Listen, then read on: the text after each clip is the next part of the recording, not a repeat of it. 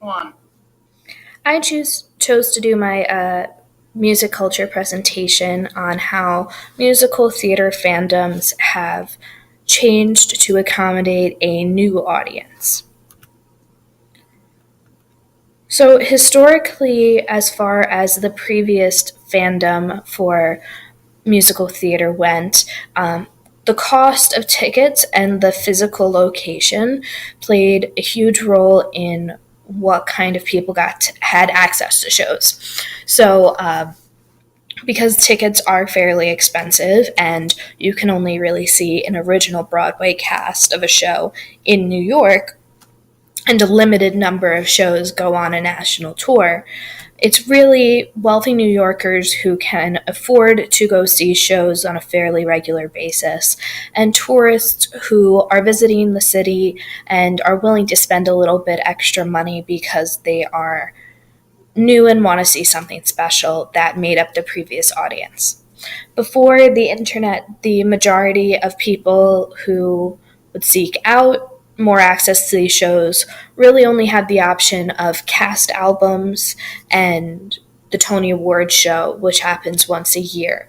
But since the internet really took off, a lot of bootleg recordings of shows have been uploaded, which increased a younger fan base, usually made up of teenagers or young adults, which really wasn't there before. So, to accommodate this new fandom, a couple of new events popped up to accommodate these younger fans and really play into their tastes. One of this would be Elsie Fest. So, Elsie Fest was established in 2015 by Darren Criss, who is most known for his roles on Glee. He was also in two Broadway shows fairly recently. He really saw a opportunity to create a Broadway version of Coachella, an outdoor music concert with some of the biggest names in Broadway coming together to perform kind of a cabaret style show.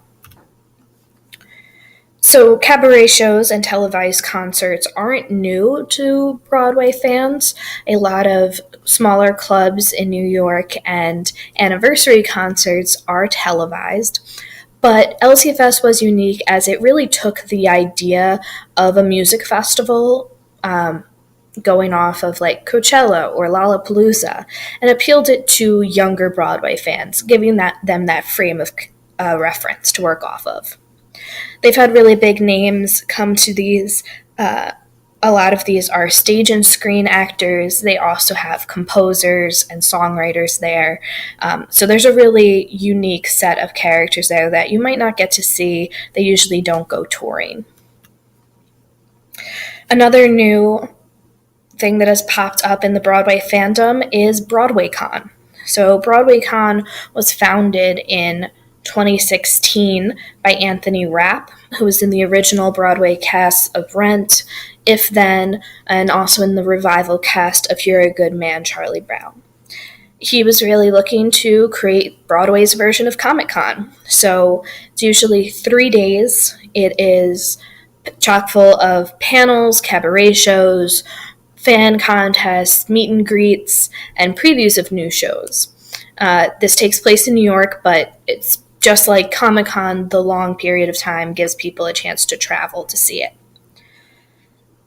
There's really been an increase in Broadway shows over the years, especially with direct access to creative teams over social media, which translates really well to panels because a lot of the audience is already familiar with them and can come up with some really interesting questions. They obviously took some huge cues from comic conventions on how to structure the event, and fans really kind of reacted to it the same way. A lot of them will come in cosplay as their famous characters, and they will belt out and have sing-alongs together. The inaugural Broadway Con was so popular, even though it was during a blizzard, that it was moved to a convention center from a hotel. There's a lot of chances just to see famous people at these cons and talk with them, but also a lot of chance for the fans to show off their cosplay, their memorabilia, and things like that as well.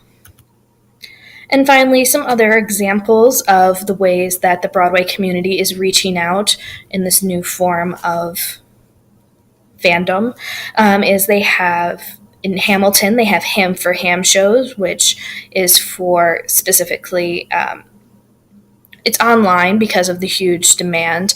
They have posted videos of performances to give everyone a little behind the scenes. Lin Manuel Miranda also really communicates with his fans on social media, and Broadway HD streams Broadway shows live, which is entirely new and very exciting. They've had a lot of success with that.